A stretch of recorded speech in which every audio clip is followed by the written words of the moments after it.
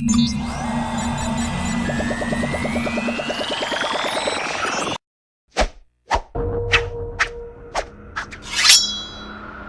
and welcome to this episode of the Halcyon Review. I'm your host, Lorne Risley. On this episode I'm going to be taking a look at a game series that on the face of it is a brilliant concept, but when played under-delivers in certain aspects and leaves the consumer feeling a little bit hollow, but has the promise of a third installment that's set to be released later this year, the Crackdown series. With the first and second installments being released in 2007 and 2010 respectively, they're sandbox games that take elements of RPGs, make you a police officer or a kip, they give you superpowers, and into that mix some sweet transforming vehicles, and places you in a world where seemingly everything and everyone wants to kill you. Which again, considering that you're a kip, means that it's a relatively easy narrative to spin, which is, you've got to clean up crime and take back the city. And you, the player, as a genetically enhanced cyber cop, fighting for an organisation called the Agency, are tasked with taking back the city, one criminal base or one, in the second game, zombie hive, at a time. And as you do this, you as the agent become stronger, faster, more efficient with weaponry, and with a vast array of weapons and armour, and sweet transformer vehicles look to free Central Pacific City, I forget which one it is, Pacific City I'm going to say, from the grips of crime and the tyranny of the freak virus. Sounds pretty cool, doesn't it? I mean, in effect, you're basically Jet Li from that film The One, where he just gets stronger with every iteration of something he kills. There's an eerie similarity there, except for the kung fu isn't quite as good. Now, like I said, this game series has a great concept, really sweet and kind of original when you think about it, but for some reason, when you play the game, it has this feeling of being somehow unfinished, or it just falls short of the mark. It doesn't leave you feeling satiated, it leaves you feeling like the game's somehow hollow. Yet the series has continued to endure in terms of popularity and in terms of its, following, considering that it's getting a third installment nearly 7 years later. So, how has it managed to accomplish this? Well, let's take a look. Here's the Halcyon Review of the Crackdown series. Ugly son of a bitch. We're gonna need bigger guns. Agent, let's get to work.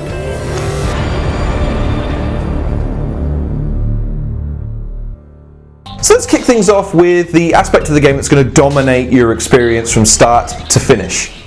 The gameplay. The most notable aspect of the game of Crackdown is that the game lets you loose on the city from the get-go. There's no actual limit to where you can go or what you can do. However, it cleverly designs the world to promote verticality, as when you begin, your agent is as close to a normal human being as you can be. When you discover that most of the good stuff is hidden on top of buildings, and traversing the world in of itself is much more easily aerially than it is on foot or by car, you notice that the glowing green orbs scattered across the world. And as you collect them, your agility attributes increase, meaning you can run faster and jump higher. And this is how the game world sucks you in, because the act of collecting these orbs is so satisfying and rewarding, and in the pursuit of them, the game grips you and immerses you in its world.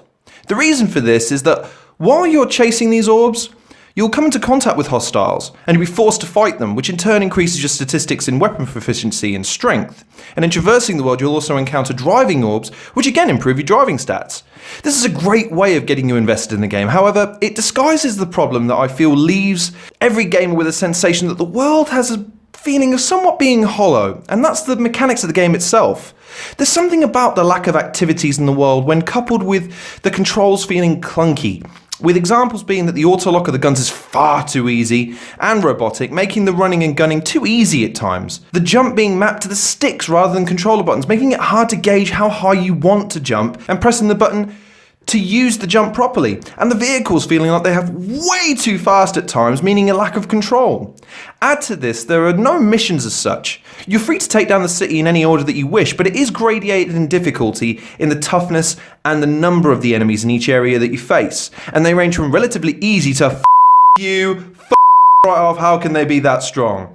There are normal thugs, zombies, boss-level honchos, and weird amalgamations of rancors to name a few enemies, but they can always be taken down if you've prepared, And if you are strong enough on a level basis in terms of your statistical, how many orbs have you collected to level up, shall we say. Overall, the game does feel basic, there's no doubt about that. However, the individual elements within the game itself serve to accentuate its positives as much as is possible while trying not to hide its flaws, but not exposing them either. Meaning you find joy in the pursuit of the orbs across the world, and then the role-playing you can engross yourself in, with my favourites being the transforming cars in the first game, with that moment of awe when they fully transform into the Batmobile or the Optimus Prime truck, being absolutely epic. And the moment you reach top levels in each attribute make you feel like an invincible justice dispensing machine. It has plenty of gaps when you break it down, but the first and second games are fun arcadey style games without doubt. Okay, well the gameplay's solid it seems. So let's move on to the next aspect, and probably the strongest aspect of most games. Its story. There isn't one. Okay, maybe there is an effect, but it has very little to do with the actual experience of the game. Like a good wind-up car, it winds you up and sets you off. And that's about it as far as the narrative is concerned, with both games having the agency send you out on a mission to take back the city from various enemies of some sort, and at the end, and this is a spoiler alert, revealing that they in fact were the ones who funded the gangs to take over, and they were the ones who created the freak virus in the first place. It makes the game feel very flat and serves only to undermine the fact that everything that you've achieved and everything that you've accumulated has kind of been for nothing, considering that in fact you were the bad guy. I'm not a fan of the lore, and I feel the game suffers from this lack of effort in this department. So with the non-existent story and the solid gameplay out of the way, let's look at the last aspect of this game that's going to grab your attention. Its presentation. The game is set in an open world and follows a cel-shaded style, giving it a kind of cartoony look, albeit with a realistic twist, which despite its lack of overall detail, impresses in a way that much of it is accessible. Much of it is interactable, giving you can climb any surface that protrudes from buildings or ledges, which means the world has somewhat of a gritty and realistic feel. There's no music to speak of beyond the menu music, however the sound design is serviceable, with the jumps, impacts, gunshots and explosions feeling impactful to a certain degree. The orbs, which serve as the main carrot of the game, are well designed, well placed, distinctive, and it makes them juxtaposed to the environment, given that they're illuminated and give off a trademark humming sound as you near them. Graphically, however, it's not very impressive considering the console, and the jump in graphics from the first game to the second is very minute, meaning that it can come across as very disappointing at times. But overall, I like the style and look of the game, and when played, the game follows a fast pace, which again disguises its flaws in its design.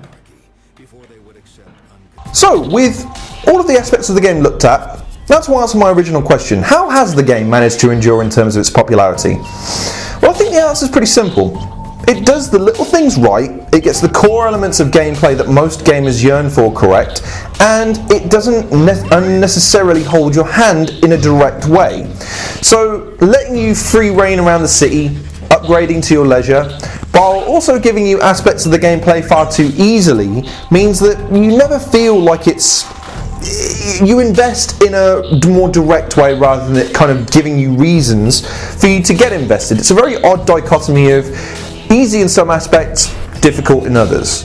However, the reason why I don't follow the game series as strongly as some others might is the story is lacking. The narrative is very, very lazy. But I can't deny that with the orbs, the progression, the little tidbits and the little things that will make you giggle, it's an excellent game to hash out an hour's worth at a time, just to kind of play the 15 hours. Overall, I'd say you probably complete this game in around 15 hours. So that lasts you 2 weeks, which isn't terrible considering that the games these days are easy. You can buy them for like £5 at CEX or Game. And don't mistake my cynicism for anything else. The new game has tons of potential if they can just address the poor narrative, the lack of real meaningful replay value, and the world's overall detail. Make it feel more populated than just people running for their lives or arming up and shooting you. And as a result of that, I'd say both games earn a rating of 7 out of 10. They're slightly above average experiences, they do their jobs well respectively, but they don't really do enough to satiate the more hardcore gamer to leave a lasting impression that will mean that you're talking about it for years to come afterwards, even though I am on my YouTube channel. I mean, the closest thing I can compare it to is another game that I've reviewed recently, Prototype, and the series therein, where the developers of a very unique concept just seem to fail to extend it beyond the cool little quirks that make you laugh when you pick it up for the first time. Oh, that's cool, that's cool. And then after an hour or two, you're left going, the novelty's worn off now.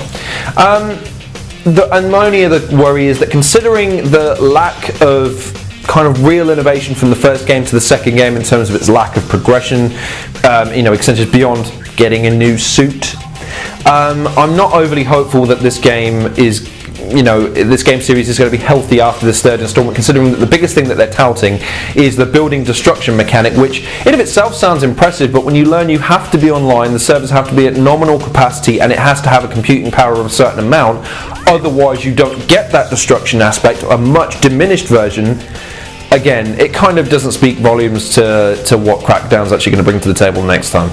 However, if they push the boat in some other aspects or get the narrative going in the right direction, the third game could very well be epic. In any event, please like, share, subscribe, and thank you very much for watching. As I've mentioned in a few of my other videos, I'm trying to support some of the smaller channels like myself, so in the description below there's some links to other channels which I believe are worthy of your attention, your dignification, if that's even a word, and your support. So please do go check them out. I'm also on VidMe now, so feel free to go check me out on there. It's exactly the same videos, only it's on VidMe, so I don't think there's advertisements. So thanks very much again for watching. Please take care of yourselves, and I'll see you guys on the next episode. Take care.